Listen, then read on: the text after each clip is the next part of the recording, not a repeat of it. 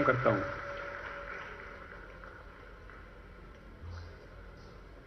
सबसे पहले मैं हमारे महाराष्ट्र भाइयों को और बहनों को बधाई देना चाहता हूं।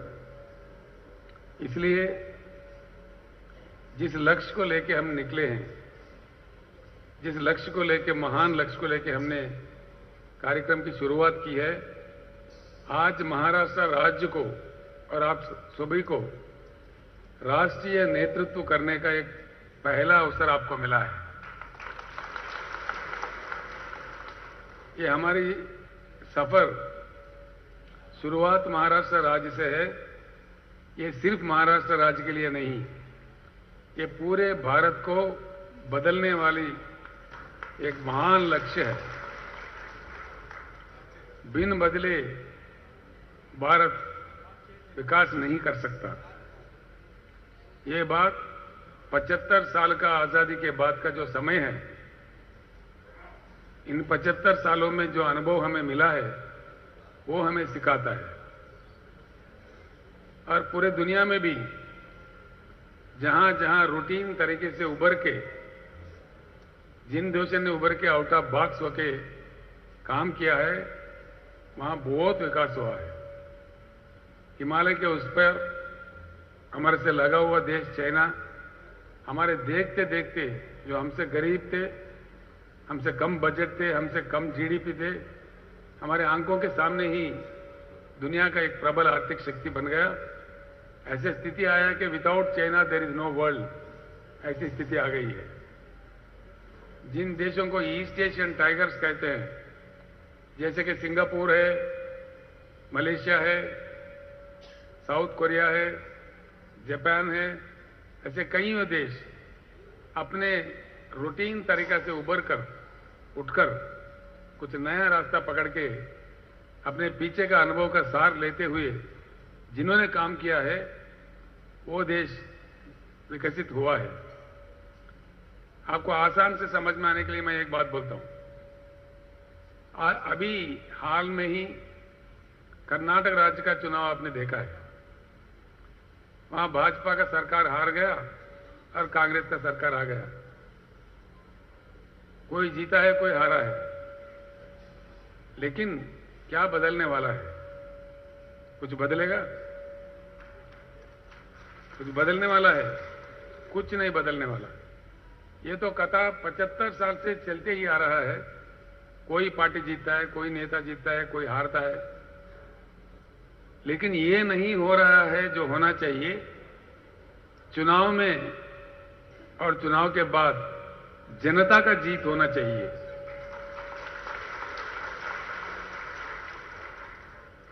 और ये बात मैं निसंकोच कह सकता हूं, भारत राष्ट्र समिति एक ऐसी शक्ति है जो जनता को जिताने के लिए हम शपथ आज ले रहे हैं। जनता की जो अपेक्षा, उनके अनुरूप कार्यक्रम बनाने का पूरे भारत में एक पहला पार्टी है जो भारत राष्ट्र समिति है, जिन्होंने तेलंगाना राज्य में जनता को, किसान को जिता के दिखाया है।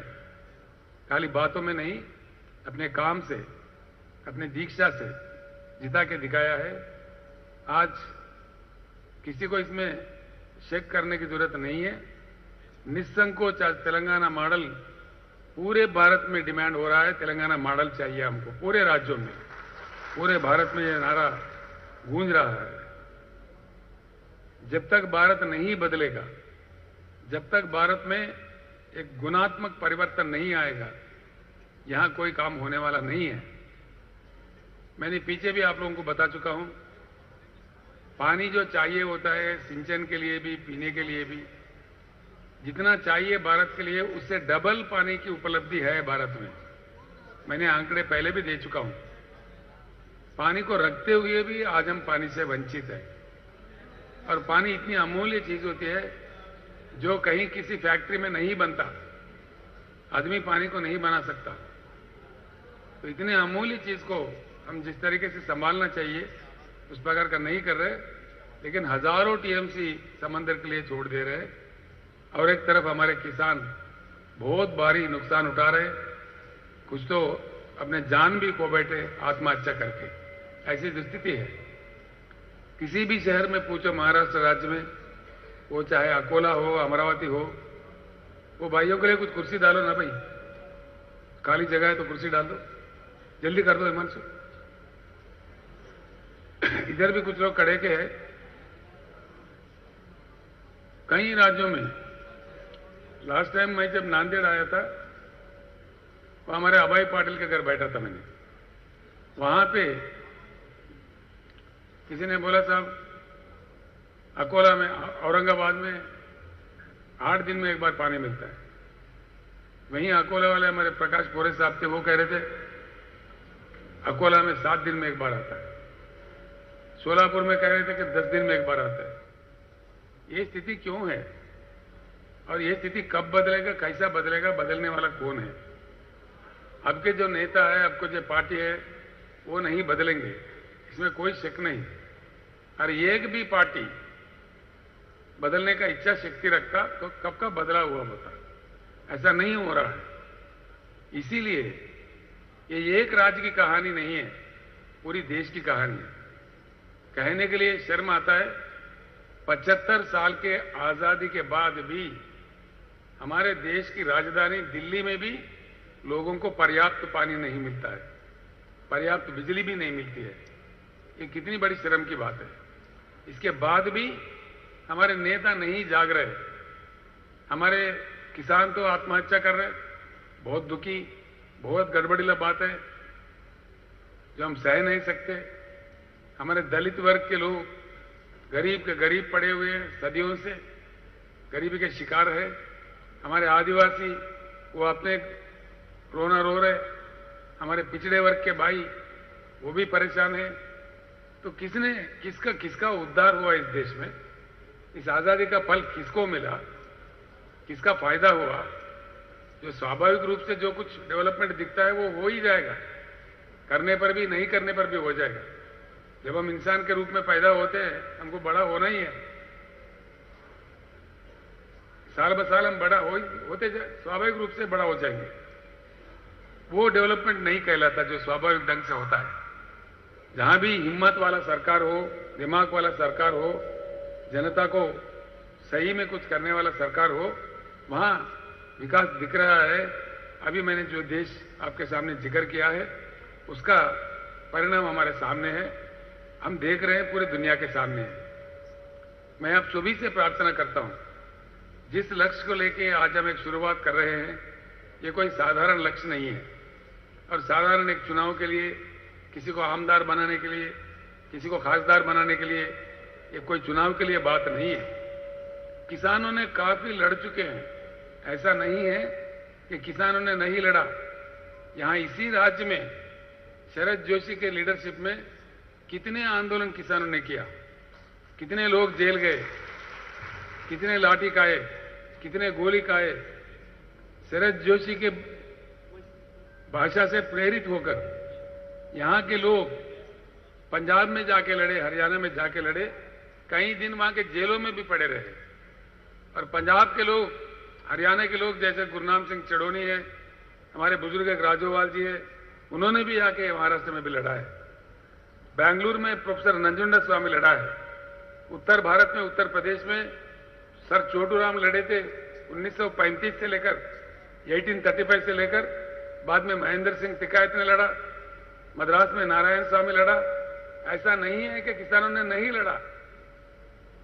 अभी हाल में सीपीएम पार्टी के नेतृत्व में प्याज के दाम को लेकर नासिक से मुंबई तक 50-50 हजार लोग, 10-10 हजार लोग पदयात्रा करते हैं।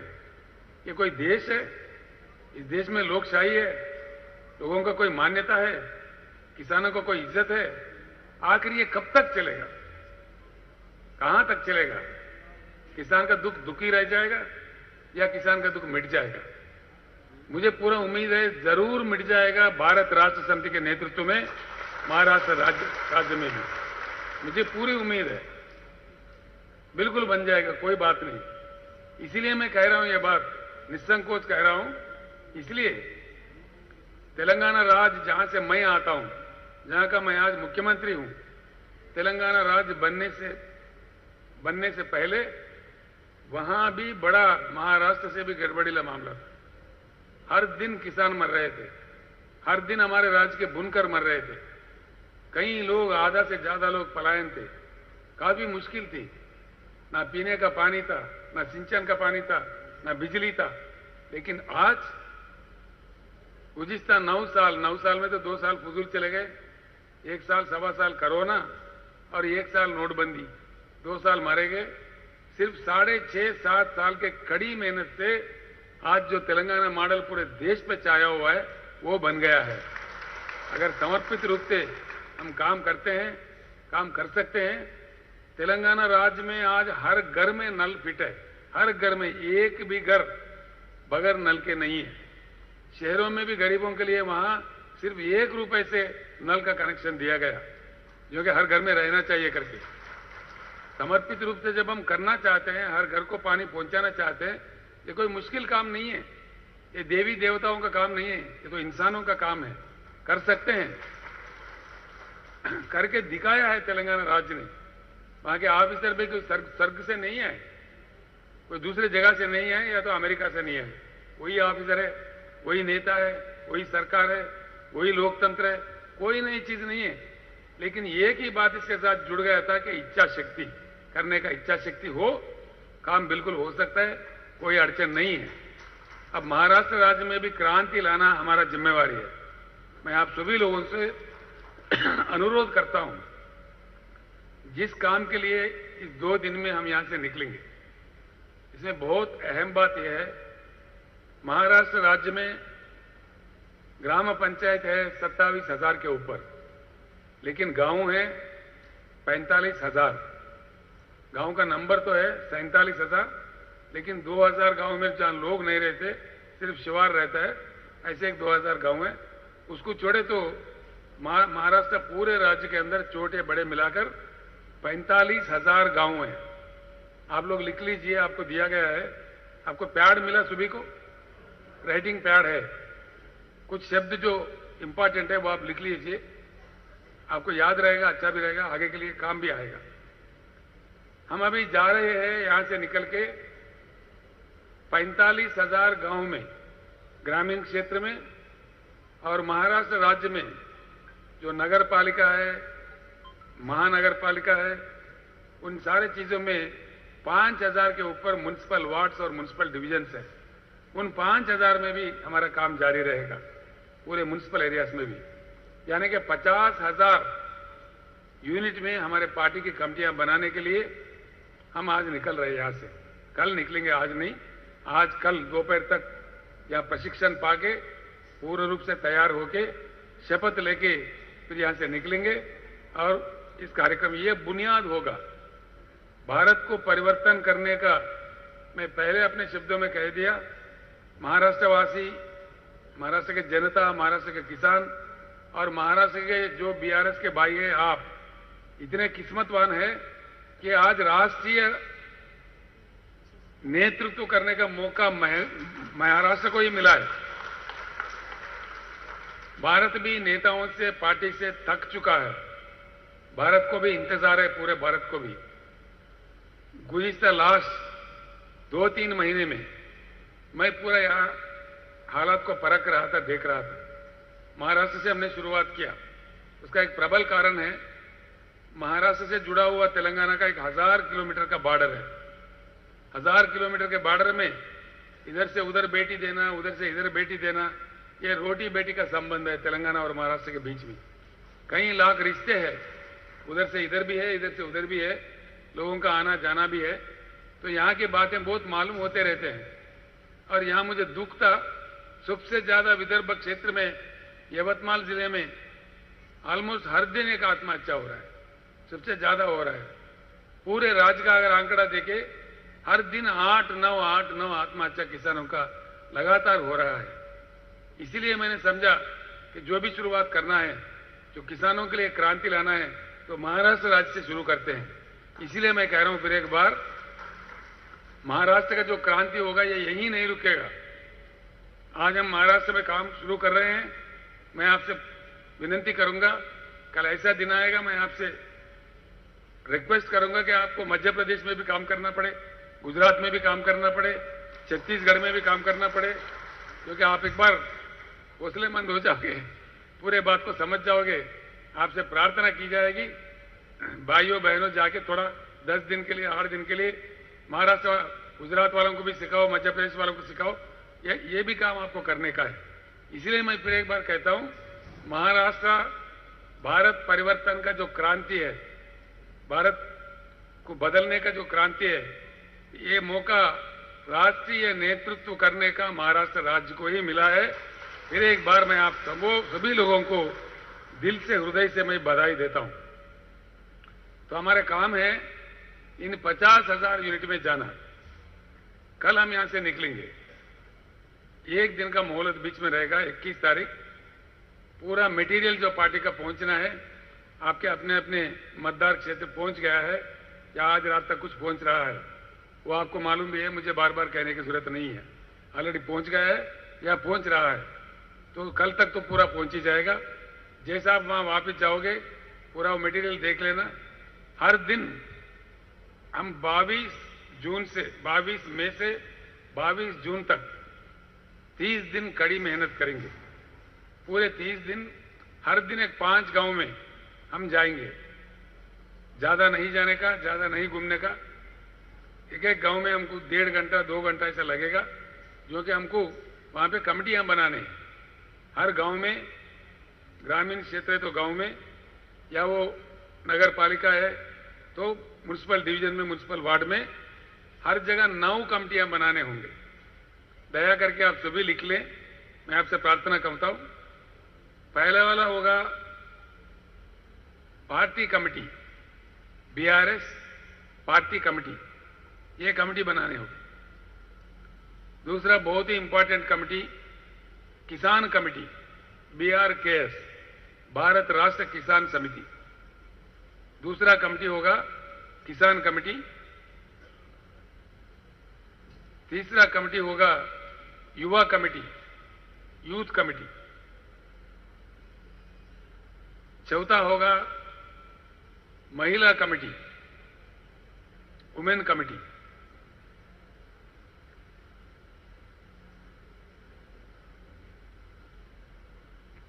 और 5वां होगा ओबीसी कमेटी।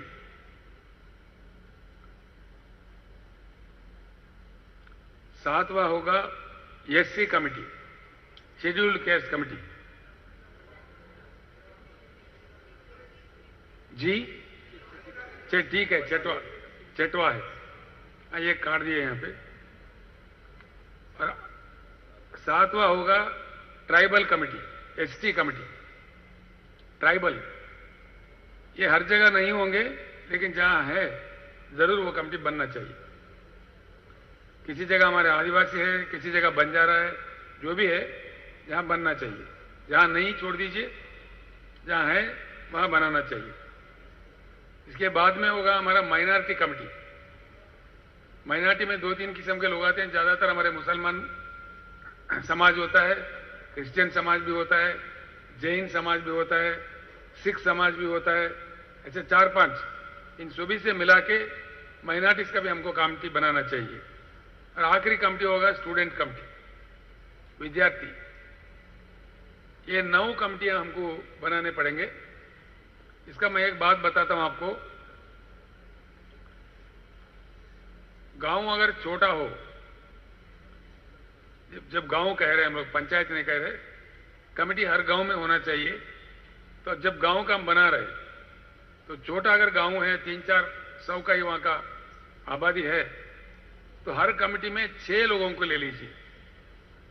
सबसे छोटा कमेटी होगा 6 आप लोगों के साथ। गांव 1000 के ऊपर की गांव है, वहां हर कमेटी में 11 लोग होना चाहिए। हर कमेटी में 11 महिला, 11 विद्यार्थी, 11 किसान, मेन पार्टी में 11, ऐसा होना चाहिए। हमारे शंकर अन्ना मुझे बार बार कहते रहते हैं, ये हम लोग अभी जा रहे हैं, लेकिन ये केसीआर पहले ही पहुंच गया हर गांव में महाराष्ट्र में। उनका ये मानना है। जो 2-3 सभाएं हमने इस बीच में किया था महाराष्ट्र में, उसके तहत अखबारों के माध्यम से, सोशल मीडिया के माध्यम से, टीवी के माध्यम से हर गांव में महाराष्ट्र में चर्चा है ना? सही है ये बात? तो आप जाने से पहले आपका पार्टी चले गए वहां पे, वहां चर्चा हो रहा है। कई किसान आपका स्वागत करेंगे। मुझे तो कई लोगों ने फोन किया है, ये हमारे बेटे और बेटियां हमारे काम के लिए आ रहे हैं, हम कोई जोरदार बिरयानी तो नहीं खिला सकते, लेकिन जो हमारे किसान घर का रोटी होगा वही जरूर खिलाएंगे बोल के भी आपका स्वागत करेंगे बोल के बोल रहे थे।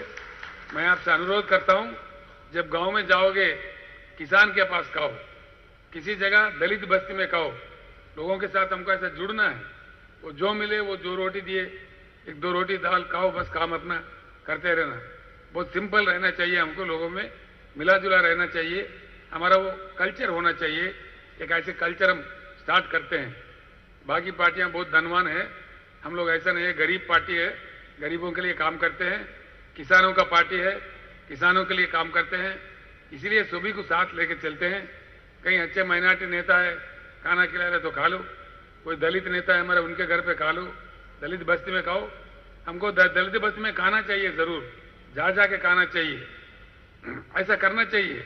मिला जुला शक्ति सभी जनता को जब जोड़ के चलते हैं उसमें बहुत बड़ी ताकत और शक्ति आ जाती है, इसलिए किसी को अधूर नहीं रखना चाहिए। तो ये अगर गांव थोड़ा बड़ा हो, 2000-3000 पॉपुलेशन वाले गांव भी रहते हैं, वहां कंपटीशन ज्यादा होता है, लोग ज्यादा आने पर कंपटीशन भी हो जाता है। बीआरएस का भी बहुत अट्रैक्शन है, बहुत ज्यादा लोग आएंगे, हम बनेंगे बोल। तो इसमें क्या करना चाहिए, 15 लोगों का कमेटी बनाना चाहिए। कमेटी इतना ही रहना कोई जरूरी नहीं है, आमतौर पर 11 का बनेगा। छोटा गांव है तो 6-6 लोगों से बनेगा, अगर थोड़ा बड़ा है तो 15 का बना सकते। कहीं 5000 के ऊपर पॉपुलेशन है, 5000 के ऊपर, वहां हर कमेटी में 24 आदमी ले सकते हैं। जहां मौज ही ज्यादा है, 6000-7000 वाला गांव भी रहता है किसी किसी जगह, वहां हर कमेटी में 24 लोगों को आप ले सकते हैं। आप समझ गए ना? फिर एक बार मैं बताता हूं, दया करके सभी ने लिखना है।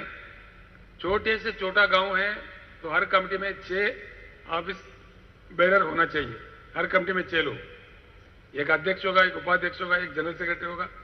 इस प्रकार का पैटर्न वो आपको मिल जाएगा, उस प्रकार से बना दीजिए।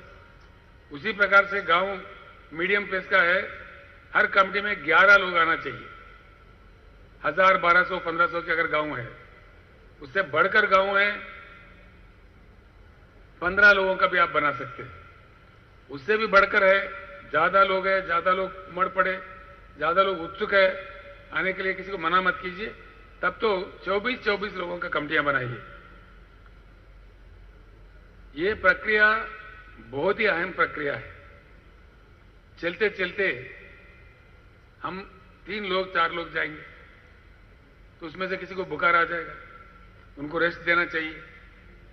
हम मानव है तो हर चीज संभव है, लेकिन काम रुकना नहीं चाहिए। 2-3 लोग 4 लोग जब जा रहे हैं, किसी एक आदमी किसी कारण नहीं आ सकता है, तभी काम नहीं रुकना चाहिए। 1 दिन के लिए, 2 दिन के लिए लगातार अपना काम चलना चाहिए, जो कि हमारा बहुत बड़ा लक्ष्य है। जैसे एक बार पूरे गांव के कमेटियां बनेंगे, उनका प्रशिक्षण होगा उनके मतदान केंद्र के सेंटर में, उनको ऐसे ही नहीं छोड़ेंगे। उनका भी प्रशिक्षण जहां का वहीं, उसी मतदान क्षेत्र में, मतदान क्षेत्र के हेडक्वार्टर में हर आदमी का, हर ऑफिस बेरर का, जिनको आप बनाने जा रहे हैं, उनको बुलाया जाएगा। वहां बहुत अच्छे बड़े बड़े लेक्चरर्स होंगे, वो वहां प्रशिक्षण का कार्यक्रम वहां चलेगा। तब जाके हमारे पास बहुत ही शक्तिमान हमारा पार्टी खड़ा हो सकता है। शक्तिमान सैनिक हमारे तैयार होंगे, वो बुनियाद होंगे। आगे के पूरे जंग, पूरे लड़ाइयां वो लड़ेंगे और हमारा विजय प्राप्ति के लिए ये मेन बड़ा इंपॉर्टेंट बुनियादी काम है। तो इसलिए मैं आपसे, हर आदमी से, हर बहन से हाथ जोड़ के प्रार्थना करता हूं, इसमें कोई किसी निर्लक्ष्य नहीं चाहिए। जिनको नहीं करना है तो अभी छोड़ दीजिए, पहले दिन ही छोड़ दीजिए। जो जिम्मेदारी ले रहे हैं तो पूरे अंत तक निभाना चाहिए, वो हमारे में शक्ति होना चाहिए। एक बार जिम्मेदारी उठा लिया, पूरा उसका खत्म करने तक नहीं छोड़ना चाहिए, तभी हम विजय प्राप्त कर सकते हैं। इसलिए मैं आपसे प्रार्थना करता हूं, बहुत ही अहम इंपॉर्टेंट काम लेके आप जा रहे हैं। गुरुनाम सिंह जी मेरी तरफ देख रहे हैं। उनके राज्य में तो बड़ा क्रांति है किसानों में। दिल्ली में 13 महीने जो युद्ध लड़े उसमें सबसे आगे रहने वाला सिपाही हमारे गुरुनाम सिंह जी थे। हमारे जो किसान नेता है भारत में, बहुत ही मशहूर, बहुत ही लोकप्रिय किसान नेता है। उनके ऊपर 100 केस लगे हैं, तभी भी कभी पीठ नहीं दिखाए, लड़ते ही रहे। और आज भी पूरे देश में लड़ने के लिए फिर इतना बड़ी जिम्मेदारी उन्होंने उठा लिया है। तो हरियाणा में, पंजाब में, पश्चिम उत्तर प्रदेश में, राजस्थान में उन्होंने कभी तैयार किया। मेरी तरफ गुस्सा भी कर रहे थे वो, आप हमेशा बार बार महाराष्ट्र में जा रहे, हरियाणा में कब आना है, पंजाब में कब आना है, उत्तर भारत में कब आना है। कल से मुझे छुट्टी मिलेगा, इतने भाई इतने बहन आए हैं, तो मुझे बहुत शक्ति आई है, हिम्मत भी आई है। अब काम आप लोग संभालेंगे। मुझे इजाजत है ना दूसरे राज्यों में जाने का।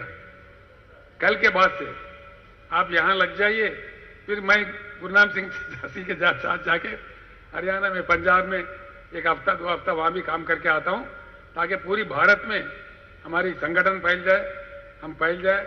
हमारे महाराष्ट्र का, तेलंगाना का नहीं, पूरे भारत के किसानों का जब तक पूरे समस्या हल ना हो जाए तब तक हम लड़ते रहेंगे। ये छोड़ने वाली बात नहीं है। कमिटीज को आप पूरा समझ में आए ना? किसी को कोई डाउट है? आपको बोर भी आ जाए, फिर एक बार बोलता हूं, 9 कमिटियां बनना चाहिए हर गांव में, हर म्युनिसिपल वार्ड में। अगर वो ग्रामीण है तो गांव में, शहर है तो म्युनिसिपल वार्ड में 9 कमिटियां जरूर हर जगह बनना चाहिए। छोटा अगर पॉपुलेशन कम है, आबादी कम है, तो 6 लोगों की कमिटियां, थोड़ा बड़ा है 11 लोगों को कमिटियां, 1000-1500 का अगर गांव है, उससे बढ़ के है 15 लोगों की कमिटियां, और उससे भी बढ़ के 2-3-4 हजार के ऊपर गांव है, 24 लोगों का कमिटियां। समझ में आ गए ना? इसमें कोई प्रॉब्लम नहीं है ना? तो नो कंफ्यूजन।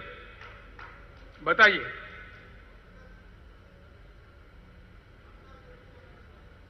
कामगार का कमिटी, जहां वो लोग उमड़ पड़े आ जाए, उत्सुक हो, कामगार कमिटी भी बना दीजिए। ना करने की कोई जरूरत नहीं है। जहां लोग आ जाएंगे, कामगारों का कमिटी भी बना दीजिए। कामगार हमारे किसान के साथ जुड़े हुए रहते हैं गांव में, उनकी कमिटी अलग से अगर बनाना है तो बना दीजिए, कोई एतराज नहीं है। ठीक है ना?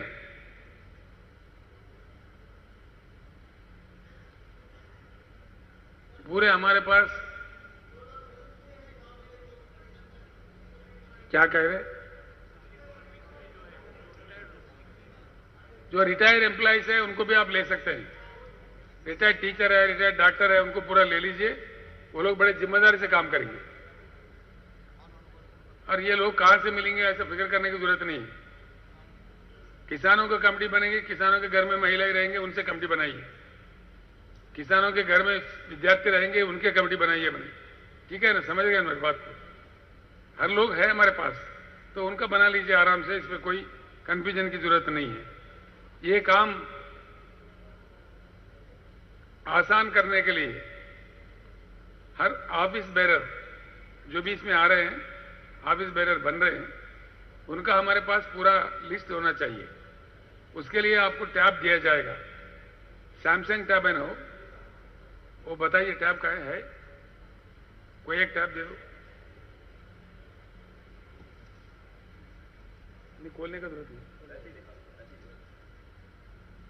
ये टैब आपको हर मतदार संघ के लिए दिया जा रहा है, हर किसी को दिया जा रहा है।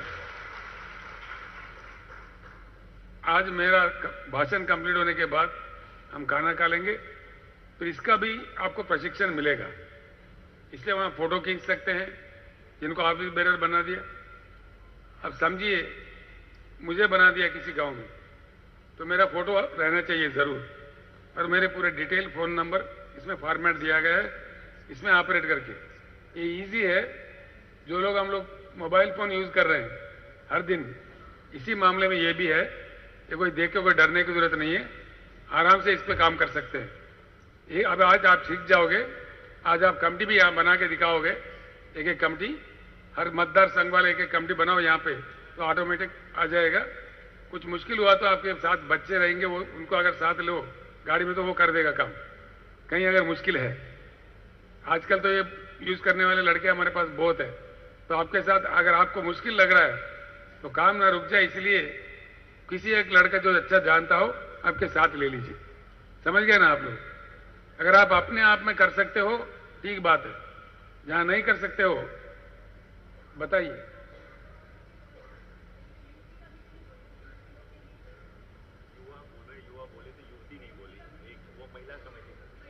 है ना, यूथ का भी बोला मैंने, युवा यूथ एक ही बात है। युवा हिंदी है, यूथ इंग्लिश है, सेम कमेटी है ना, युवा और यूथ। तो ये टैबलेट हर मतदार संघ को मिलेगा, आपके बैग में अभी आ जाएगा। आज दिया आपने? अभी नहीं दिया, आगे दोगे। इस दे के इसका प्रशिक्षण बहुत अच्छा दिया जाएगा। लोग आए हुए हैं, इसके जो सिखाने वाले हैं पूरे लोग आए, कंप्लीट वो पूरे लोग आए हैं, टीम पूरा आपको सिखा देंगे। आज पूरा यही सीखना, कल फिर गुरुनाम सिंह जी के भाषण होंगे, कहीं हमारे नेताओं के भाषण होंगे।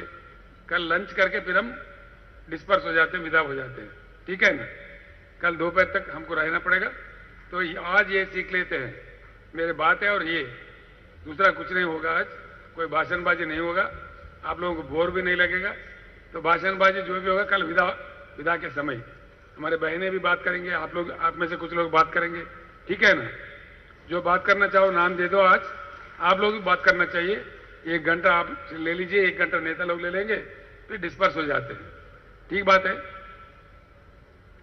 हर मतदार संघ में मटेरियल पहुंच गया है, उसका मैं आपको बता देता हूं किस प्रकार का मटेरियल पहुंचा है। ये जो शाल हमने जो पहना है, ऐसे 5000 शाल हर मतदार संघ में गया है, आप गांव में दे सकते हैं। जो लोग हमारे कमेटी में आ रहे हैं वो ये पहनना बहुत पसंद करेंगे, उनको वहीं दे दें। और 150 सिल्क प्लाग है जो अभी यहां हमने लहराया है, ऐसे ही प्लाग है। जिस गांव में आप जाओगे, जैसा कमेटी बनेगा, पूरे कमेटियों को खड़ा करके, वो एक बांबू भी चाहिए, जो भी है वहां का वहां इंतजाम करके, एक झंडा हर गांव में लहरा देना चाहिए।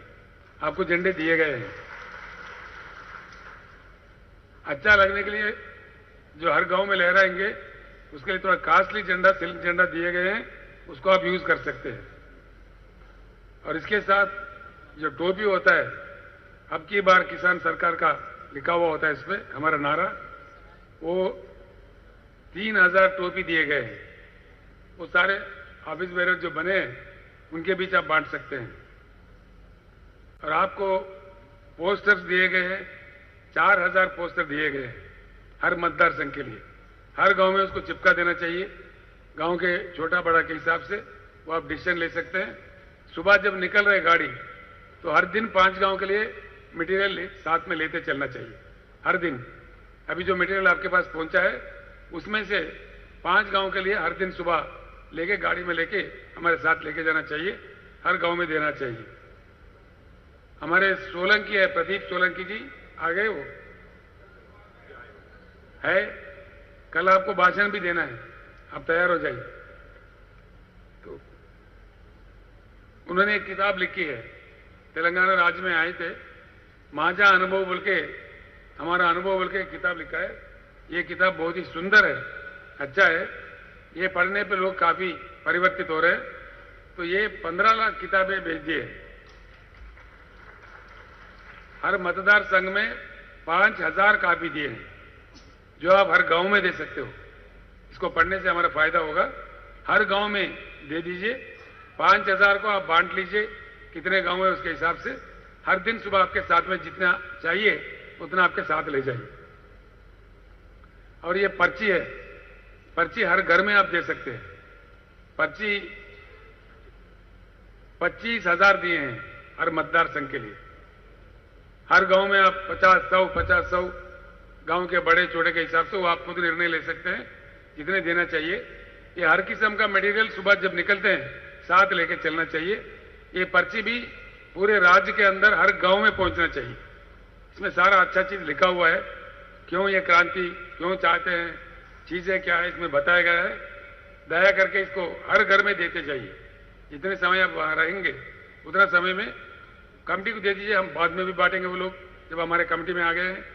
जब आप गए हैं उसी समय बांट सकते, उसी समय बांटिए, समय के हिसाब से आप खुद निर्णय ले। बस इतना करें कि हर घर में वो पहुंच जाए। ये पढ़ने पर लोग हमारे साथ जुड़ जाएंगे, हकीकत उनको समझ में आ जाएगा। स्टिकर जो होते हैं, जो गाड़ियों को, ऑटोस को लगाते हैं, वैसे भी हर मतदार संघ के लिए एक 2000 स्टिकर भी दे दिए हैं, वहीं का वहीं हर कॉन्स्टिट्यूंसी में दे सकते हैं आप लोग। ये नगर पालिकाओं में, शहर में बहुत अच्छा काम करेगा। अपने ब्लॉक तहसील जो हेडक्वार्टर होते हैं वहां पे भी अच्छा चलेगा। ऑटो में लगा दीजिए, टैक्सी गाड़ियों में लगा दीजिए, उनको रिक्वेस्ट करके हमारे अपने गाड़ी में लगाइए, बहुत सुंदर दिखेगा। जो हमारे ऑफिस बेरर बनेगा उनके गाड़ी में रखने के लिए उनको दे दीजिए, काफी अच्छा लगेगा, प्रचार ज्यादा हो जाएगा। और ये तोरण जो होते हैं, तोरण जो बोलते हैं हम लोग, उसको इंग्लिश में बंटिंग कहते हैं। झंडा के साथ जो बनाते हैं हम लोग ईदों में, इधर उधर में, ऐसे 5 किलोमीटर का तोरण दिए हैं हर मतदार संघ को। गांव में जब झंडा लहराते हैं उसके साथ दो तीन तोरण बना दो, अच्छा दिखेगा, काफी दिन रहेगा गांव में और पार्टी का बात चलता रहेगा।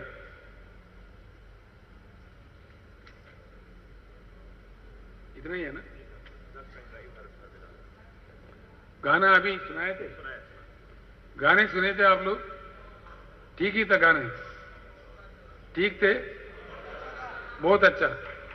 और भी दिए हैं, अजीत अंजुम को भी दिए हैं और कई कलाकारों को दिए हैं, वो लोग भी बना रहे। एक बार ये हमारा चले गया, अभी हजारों गाने आ जाएंगे आगे चलते चलते। इस क्रांति दर्शन में हजारों, कई कवि मुझे फोन भी किए हैं, उनको भी हमने आह्वानित किया है। हम लगातार हर महीने एक कैसेट निकालते जाएंगे जो उसमें कहा गया है, गानों में भी, शब्दों में भी। मैंने भी सुना था उसको, बहुत ही अच्छा आया है, ठीक से आया है ना?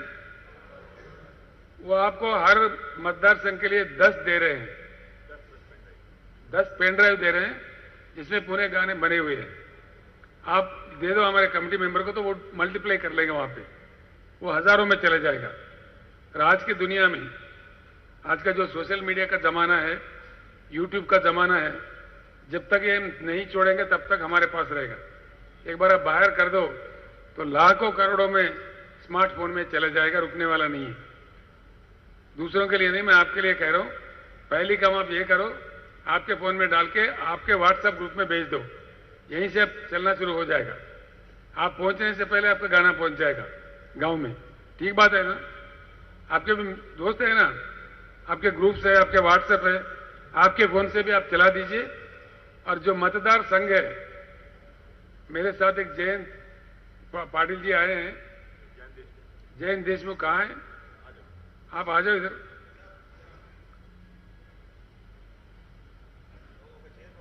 वो नागपुर के हैं लेकिन अभी मुंबई में रहते हैं। महाराष्ट्र राज्य के आम आदमी पार्टी के मुख्य प्रभारी है, उसको छोड़ के वो आ गया है अपने भारत राष्ट्र समिति में। पूरे महाराष्ट्र राज्य के सोशल मीडिया के इंचार्ज है, बहुत ही अच्छे पढ़े लिखे हैं, पूरा दुनिया घूम चुके हैं, 30-45 देश जा चुके हैं, काफी अनुभवी है। अभी किसान क्रांति के लिए वो सोशल मीडिया खोल के अपना पूरा सोशल मीडिया भी खोलेगा। मतदार संघ के जो इंचार्ज लोग हैं, बैठिए ना, मतदार संघ के जो लोग इंचार्ज है, मैं आपसे अनुरोध करता हूं, कुछ ही समय में हमारा भी ये सोशल मीडिया का खुलेगा। इसके जयंत देशमुख ही इंचार्ज होंगे, वो आपसे संपर्क में आएंगे।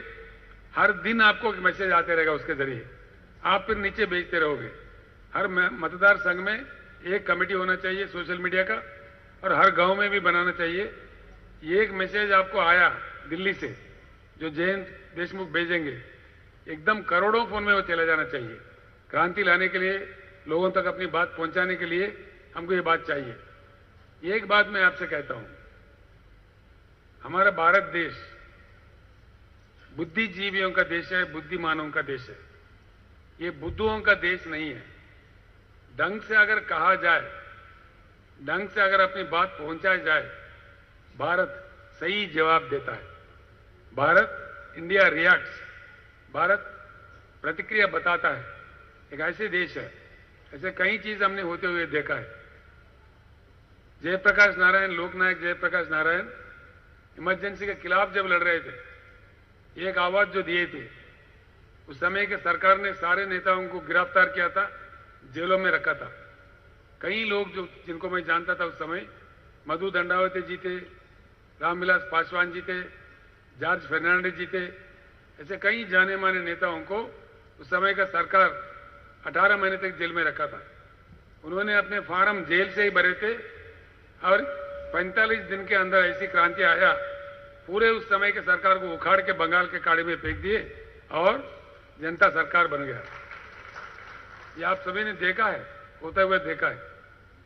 और जैसे जनता पार्टी वालों ने गलीज काम किया, 2 साल के अंदर फिर भारत फिर रिएक्ट हुआ, फिर अपना प्रतिक्रिया दिया, फिर इनको निकाल के फेंक दिया, फिर इंदिरा गांधी को लाकर बिठा दिया।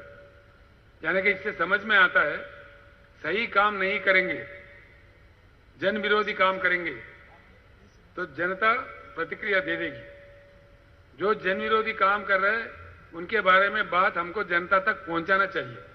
अगर ढंग से कहा जाए, बात उन तक पहुंचा दिया जाए, भारत अपना प्रतिक्रिया देगा।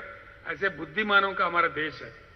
और महाराष्ट्र राज्य खास तौर पर जो शिवाजी महाराज का जन्मभूमि है, जो क्रांति के प्रतीक है, शिवाजी महाराज, डॉक्टर बाबा साहब अम्बेडकर, ज्योतिबा फूले और कई लोग, हमारे अन्ना भाऊ साठे, कई महान लोग।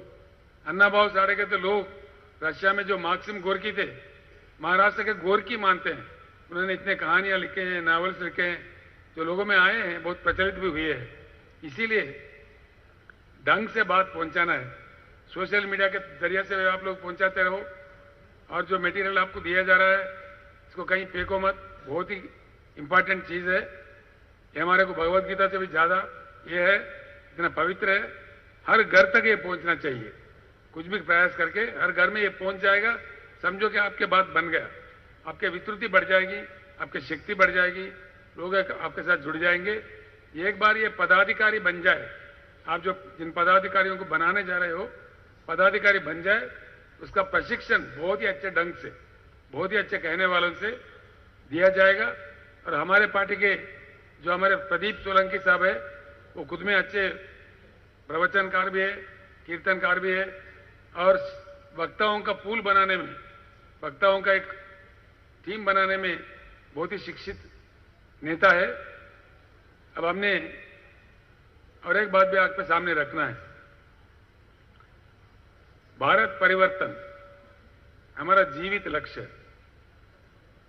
मुझे अच्छा लगे बुरा लगे, मैं एक बात कहता हूं। अभी हमने नागपुर में बीआरएस पार्टी के लिए एक मकान खरीद लिया है। औरंगाबाद में बात हो गई है, वहां भी हम खरीद रहे हैं। हो सकता है 2-3 दिन में रजिस्ट्रेशन हो जाएगा। वो बहुत ही बड़ा है।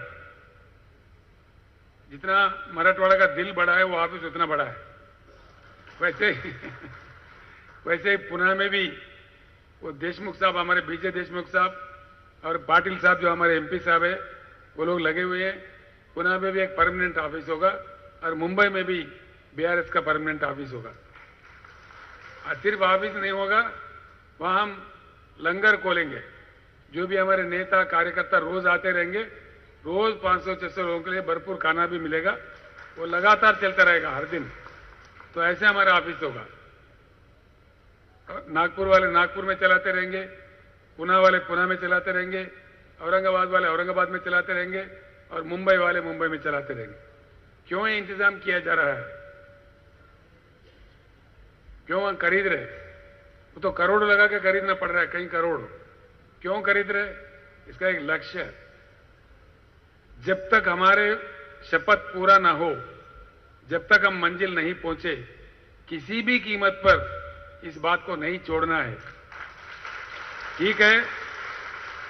ठीक है? वो नारा छोड़ दिया, नारा बहुत सुंदर है। ये लक्ष्य तक पहुंचने तक काम करेंगे, बिल्कुल करेंगे। पूरे हाथ नहीं उठ रहे। इसका भैया, इसका ले लो, टीवी वाले भैया। ये अब उठा है ना मुट्ठी, ये नहीं रुकने वाला है। जब तक हम अपना लक्ष्य पहुंचेंगे तब तक ये उतरने वाला नहीं है। तो मैं आपसे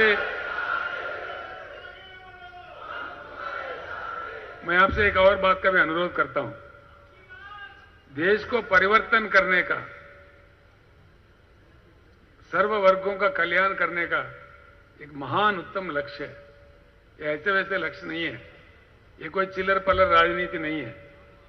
राजनीति का लक्ष्य सिर्फ ये हो गया है भारत में कि चुनाव जीतो, कुछ करो, जातिवाद का झगड़ा लगाओ, धर्म का झगड़ा लगाओ, शराब बांटो, पैसे बांटो, लेकिन चुनाव जीतो, हत्या करो, चुनाव जीतो। ये सुन रहे हैं हमारे अपने कानों से। कितने दुर्भाग्यपूर्ण है। ऐसे देश होना चाहिए? कैसे देश होना चाहिए? कितने पवित्र होना चाहिए? ये गुम हो गया। आज अगर मन लगा के हम सोचे, आज अपने देश का कोई लक्ष्य है? भारत का लक्ष्य क्या है? भारत अपने लक्ष्य को बैठा है, भटक रहा है अंधेरे के रास्तों में, इसलिए इतने बुरे चीजें देखने को मिल रहा है। तो इसीलिए मैं आपसे प्रार्थना करता हूं, इतने पवित्र लक्ष्य जो है इसको पूर्ण रूप से पाने तक इसको नहीं छोड़ना चाहिए, ऐसा नहीं छोड़ना चाहिए।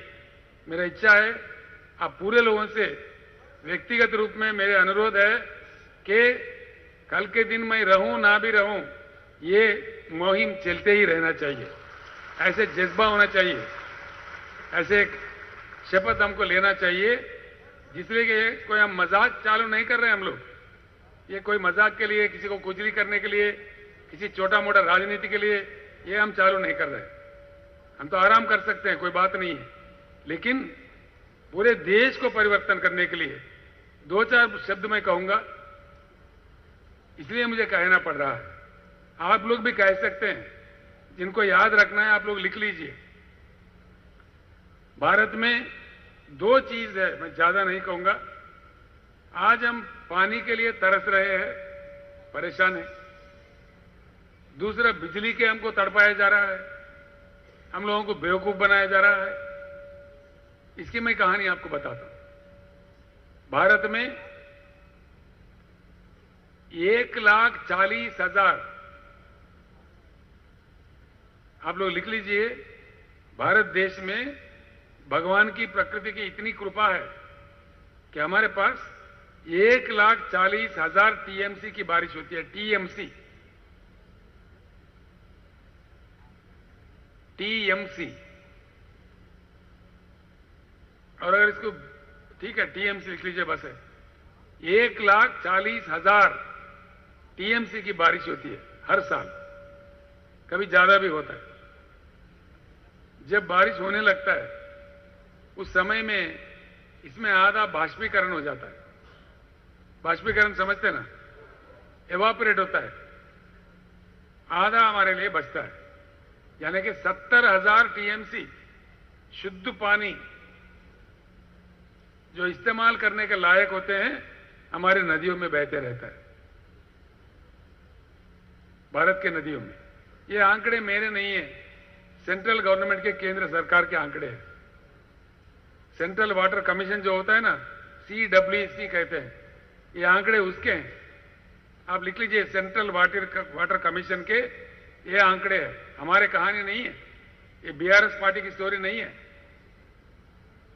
70,000 टीएमसी जब नदियों में बह रहे हैं, पूरे 75 सालों में हमारे महान सरकारें, हमारे महान नेते, महान प्रधानमंत्री, अब तो 15वां चल रहा है, महान मुख्यमंत्री, कहीं 100 लोग मुख्यमंत्री बने।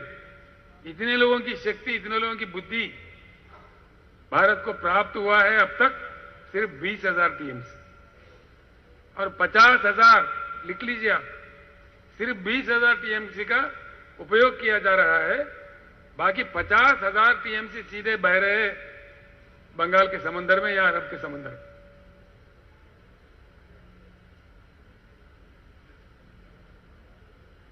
मैं आते आते किसी पत्रकार से कह रहा था, हमारे जयंत देशमुख भी थे, महाराष्ट्र में सह्याद्री पर्वतों का दया से जो वेस्टर्न घाट है, जिसको हम सह्याद्री पर्वत कहते हैं, उनकी दया है, दोनों नदियां यहां से निकलते हैं, कृष्णा और गोदावरी।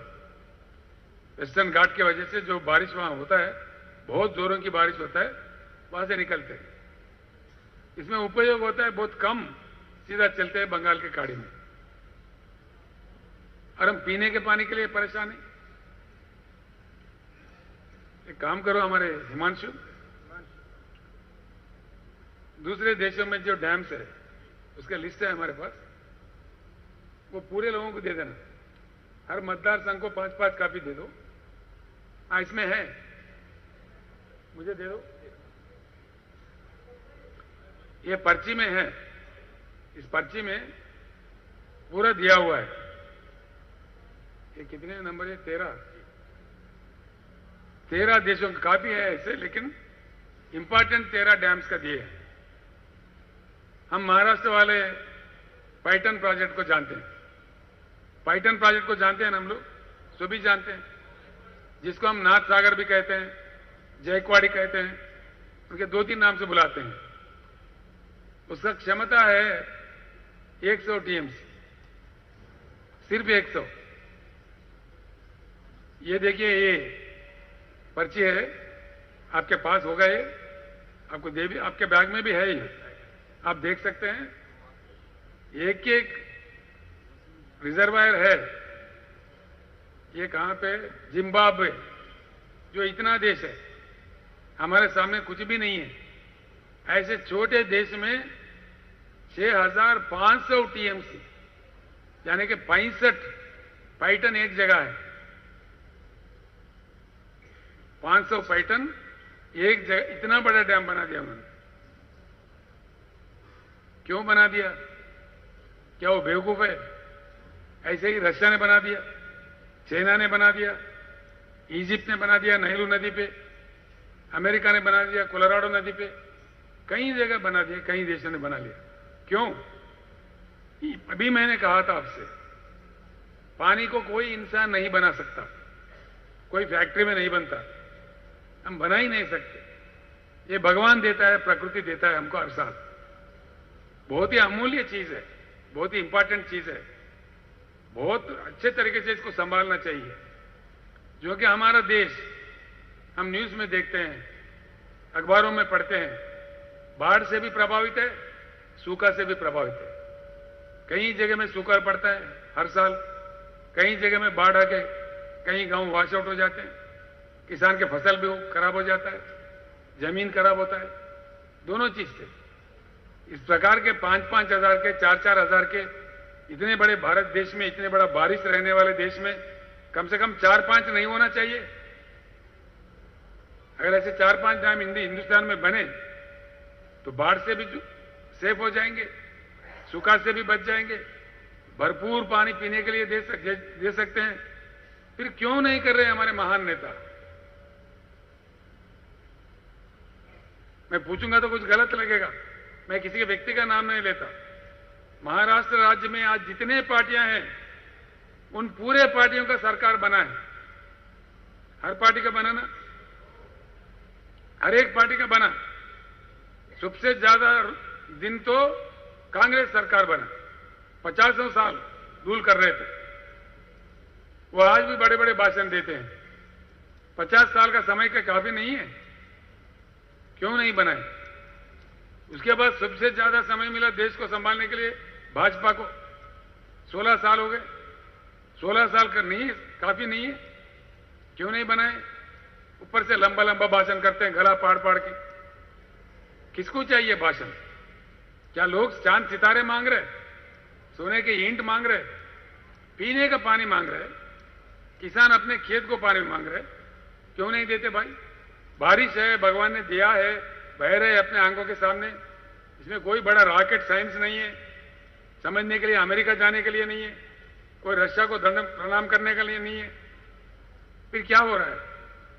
मैं इसीलिए कह रहा हूं, ये लोग रहेंगे जब तक भारत परिवर्तन नहीं होगा, जो कि हम वोट दे रहे। जब चुनाव आता है हम भटक रहे, हम बटे जा रहे, किसी न किसी को दे रहे। उससे क्या होता है? वो लोग क्या समझ रहे?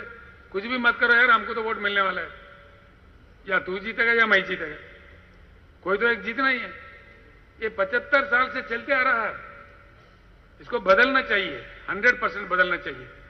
एक दूसरी बात, बहुत ही इंपॉर्टेंट बात, आप हर जगह हर गांव में कहिए ये बात, नीति बनता है असेंबली में, पॉलिसी बनती है असेंबली में, राष्ट्रीय स्तर पर पार्लियामेंट में। पार्लियामेंट में किसी और को भेज दो और आप रोडों पे सड़कों पे लड़ो। नासिक से मुंबई तक चलो, वो आराम से बैठा एयर कंडीशन में पार्लियामेंट में, कौन है? खासदार, खासदार ही है ना। असेंबली में आराम से एयर कंडीशन में बैठा हुआ है आमदार, आमदार खासदार दोनों सेफ। हम इधर नासिक से मुंबई तक चल रहे, ये कितने बार चले हम लोग। गन्ने के किसान हर साल लड़ना चाहिए कीमत के लिए, पैसे के लिए, पैसे मिलते ही नहीं है, महीनों में देते हैं, इंस्टॉलमेंट में देते, क्या बात है? ये बिल्कुल गलत है।